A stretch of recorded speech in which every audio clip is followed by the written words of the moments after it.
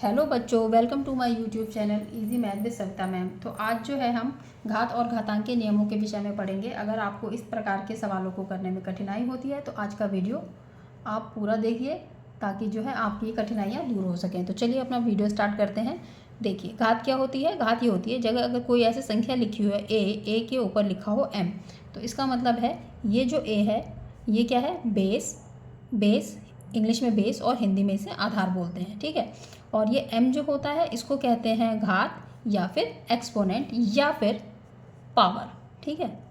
इसको बोलेंगे हम कैसे पढ़ेंगे, a to the power m, यानी कि और a to the power m। फिर वो आपसे कभी कभी सवाल पूछता है कि इसमें जो है आपका आधार क्या है, तो आप बताएंगे आधार आपका a है और पावर आपकी m है। जैसे मान लीजिए ये लिखा है 5 और ये लिखा है इसके ऊपर 2, तो क्या मतलब 5 टू दी पावर 2। इसका मतलब अब आपसे सवाल पूछेगा कि इसमें आधार क्या है, तो आधार होगा आपका 5 और घात कितनी होगी आपकी, घात यानी कि घातांक होगा आपका 2। ये इसका आंसर होगा। इस तरीके के सवाल आते हैं, ये हमें पता होना चाहिए कि अगर हमसे आधार पूछ रहा है तो हम ये वाली संख्या को बताएंगे और घातांक पूछ रहा है तो हम इसको बताएंगे यानी कि पावर, ठीक है। अब इसके कुछ नियम होते हैं, वो नियमों को हम देख लेते हैं ताकि सवालों को करने में उन्हीं नियमों के आधार पर हम सवाल करते हैं जिससे सवाल आसानी से हल हो जाते हैं और वो सही होते हैं। तो देखते हैं, यह है देखिए रूल नंबर 1 कि a to the power m multiply यानी कि गुणा a to the power m बराबर होता है a की पावर m प्लस n। यानी कि अगर समान आधार पर समान आधार वाली घातों की संख्याओं की गुणा हो रही है तो उसमें क्या होता है, उसी समान आधार पर घातें जो हैं वो जुड़ जाती हैं। उसका मतलब क्या है, चलिए देखते हैं। पहला नियम का क्या मतलब है। एक सवाल ये है कि जैसे मान लीजिए मैंने कहा कि a की पावर m, यानी कि अगर हम लगा लें नंबर ले लेते हैं a की पावर m यानी कि 4 की पावर 3 गुणा 4 की पावर 5। तो अब इसमें क्या करेंगे, इसको हम अगर हम चाहें तो इसको खोल के भी गुणा कर सकते हैं, यानी कि 4 गुणा 4 गुणा 4 गुणा 4 गुणा 4 गुणा 4 5 बार लिख के भी हम इसको मल्टीप्लाई कर सकते हैं। कैसे, देखिए ऐसे कि 4 गुणा 4 गुणा 4, ठीक है। फिर ये मल्टीप्लाई का निशान लगाया। अब इसको कैसे लिखेंगे, 4 गुणा 4 गुणा 4 गुणा 4 और गुणा 4। देखिएगा ये 3 1 2 3 और 1 2 3 4 5, ठीक है। क्या जितनी बार ये लिखा है इतनी पावर लग जाएगी। तो अब मैं अगर इसको शॉर्ट फॉर्म में लिखूँ तो देखिएगा 4 की पावर कितनी हो गई, 1 2 3 4 5 6 7 8। अगर मैं इसको खोल के इस तरीके से लिखूँ तो ये इस तरीके से हो जाएगा। लेकिन अब अगर मैं ये नियम अप्लाई कर देती हूँ उसमें, देखिएगा नियम से क्या होता है, 4 की पावर 3 गुणा 4 की पावर 5। और ये नियम हमारा क्या कहता है, ये वाला फर्स्ट रूल हमारा कहता है कि अगर समान आधार वाले घातों की गुणा मतलब समान आधार वाले ऐसे नंबर्स की गुणा करते हैं तो उसमें घातें जुड़ जाती हैं। तो देखिए क्या करेंगे, इसको अगर मैं ऐसे ही कर दूं तो 4 की पावर 3 प्लस 5 यानी कि 4 की पावर 8, ये इसका आंसर हो गया। तो देखिए अगर मैं इसको खोल के भी लिख रही हूँ तो 4 की पावर 8 आया, और मैं इसको अगर ये फॉर्मूला अप्लाई करके करती हूँ तो 4 की पावर 8 आ गया। तो कहने का मतलब है कि अगर हम इन रूल्स को अप्लाई करते हैं तो बहुत ही आसानी से और जल्दी सवालों को हल कर पाते हैं, इसलिए हम इन रूल्स को इन सवालों में अप्लाई करते हैं, ठीक है। अब हमारा इसमें ही इसी रूल पर हम एक और देख लेते हैं सवाल।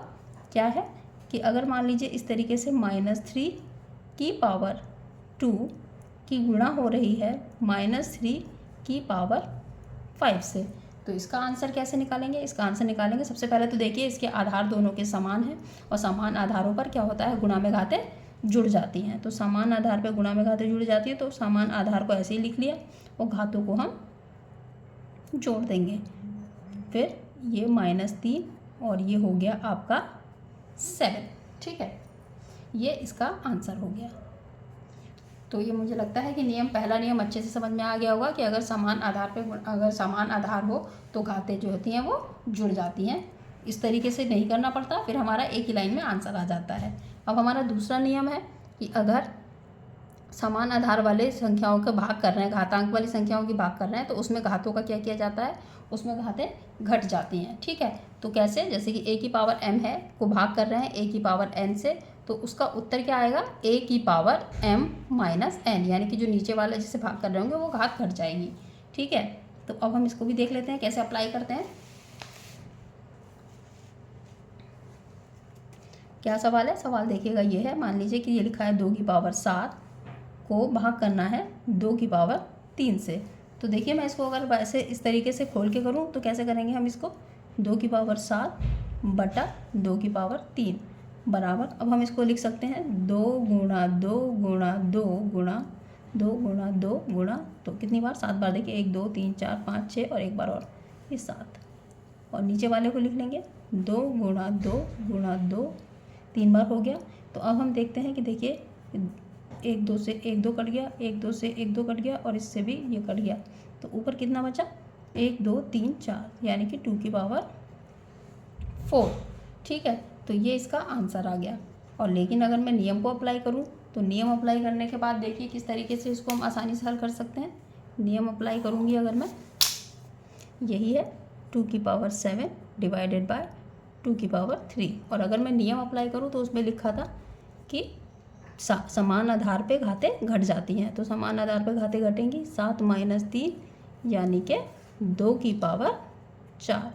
तो देखिएगा इससे और इससे सेम आंसर आ रहा है, लेकिन इससे ज़्यादा काटा पीटी करनी पड़ेगी आपको, बहुत लॉन्ग सा हो जाएगा ये, लेकिन यहाँ पे 2 ही लाइन में आंसर एकदम क्लियर है। ठीक है, तो इसका एक और देख लेते हैं कि अगर मान लीजिए जैसे कि 7 की पावर 8 को डिवाइड कर रहे हैं 7 की पावर 5 से, तो इसका उत्तर कैसे आएगा? देखिए समान आधार पे अगर भाग हो रहा हो तो घातें घट जाती हैं, -5। ठीक है, तो ये हो गया 7 की पावर 8 माइनस 5, यानी कि 8 में से 5 गया तो 3, तो ये इसका आंसर हो गया। ठीक है, फिर अब हम देखते हैं एक अगला हमारा है कि a टू दी पावर 0 का मतलब होता है 1। अगर हमारा कहीं पे भी a की पावर 0 है तो हम उसकी जगह पे 1 लिखेंगे। a की पावर 0 का मतलब हो सकता है a की पावर 0 यानी किसी भी a की पावर 0 बराबर है 1 के, जहाँ पे a 0 के बराबर नहीं है। तो इसका मतलब ये है कि हम लिख सकते हैं कि अगर 1 की पावर 0 तो भी 1, 2 की पावर 0 उसका भी मान 1, 3 की पावर 0 उसका भी मान 1, यानी किसी भी संख्या का अगर घात जो है वो 0 है तो उसका मान हम 1 ही लिखेंगे, है ना। जैसे मान लीजिए यहाँ पे अगर हम 51 का 0 तो उसका मान भी 1 ही होगा। ये है, ये वाला नहीं, ये रूल नंबर 4 है, सॉरी 3। तो अब रूल नंबर 4 देख लेते हैं हम। रूल नंबर 4 क्या है हमारा, देखते हैं। रूल नंबर 4 हमारा ये लिखा हुआ है कि a की पावर -m जो होगी बराबर होगी 1/a की पावर m। क्या मतलब कि a की पावर m बराबर है 1 -m बराबर है 1/a की पावर m के, यानी कि इसका मतलब ये है। इसका एक सवाल देखते हैं। सवाल मैंने क्या किया था पीछे 5, तो सवाल नंबर 5 ये है कि अगर लिखा हो 2 की पावर -5 तो इसको मैं लिख सकती हूँ 1/2 की पावर 5, यानी कि बटा में माइनस वाला जो होता है बटा में चला जाएगा। और अगर ये इस तरीके से लिखा हो 1/2 की पावर -5 तो ये हो जाएगा आपका 2 की पावर 5। आशा करती हूँ कि ये भी आपके समझ में आया होगा, यानी कि अगर माइनस में घात होगी तो वो नीचे चली जाएगी अपॉन में करके, बटे में करके। ठीक है, फिर रूल नंबर 1, रूल नंबर जो है 6 देखते हैं हम। एक रूल था क्या हमारा, रूल हमारा एक ये देखिए कहता है कि अगर a की पावर m है और ब्रैकेट में n है तो वो mn हो जाता है। इसका मतलब क्या होता है, इसका मतलब ये होता है, देखिए इसका मतलब होता है कि अगर लिखा हुआ है हमारा 2 की पावर 3 और इसके ऊपर पूरी पावर 4 चढ़ी हुई है, तो इसका मतलब हम इसको लिख सकते हैं 2 की पावर 3 गुणा 4, यानी कि 2 की पावर 12, ये इसका आंसर होगा। फिर एक और सवाल देखते हैं। अगर मान लीजिए यहाँ पे लिखा है -3 की पावर 3 और इसके पूरे के ऊपर चढ़ा हुआ है 5, तो इसका मतलब क्या हुआ, इसका मतलब ये होगा कि 3 को ऐसे लिख सकते हैं और इन दोनों को गुणा कर देंगे, यानी कि 3 गुणा 5, यानी कि -3 की घात 15, ये इसका आंसर होगा। फिर हमारा लास्ट रूल ये है कि अगर a की पावर m है और b की पावर है, यानी कि आधार अलग अलग हैं और घातें सेम है, तो क्या होगा, आधार की गुणा हो जाती है। ठीक है, जैसे कि मान लीजिए 2 की पावर 4 गुणा 3 की पावर 4। मैंने कहा कि अगर आधार अलग अलग है और घातें सेम है तो आधार की गुणा हो जाएगी, तो इसको हम लिख सकते हैं 2 गुणा 3 और इसको पूरी की पावर 4 यानी कि 6 की पावर 4। ये हमारा लास्ट रूल था। ठीक है, ये हमारे सारे सवाल हैं। मुझे लगता है कि आपको ये सभी सवाल समझ में आ गए होंगे। अब इन पर आधारित हम एक सवाल देख लेते हैं जो कि ये है। देखिए, एक सवाल नंबर 9, जैसे 6 की पावर 4 गुणा 6 की पावर 2 भाग 6 की पावर 5। अब मुझे ये सवाल करना है। ठीक है, इस सवाल को हम कैसे हल करेंगे देखते हैं।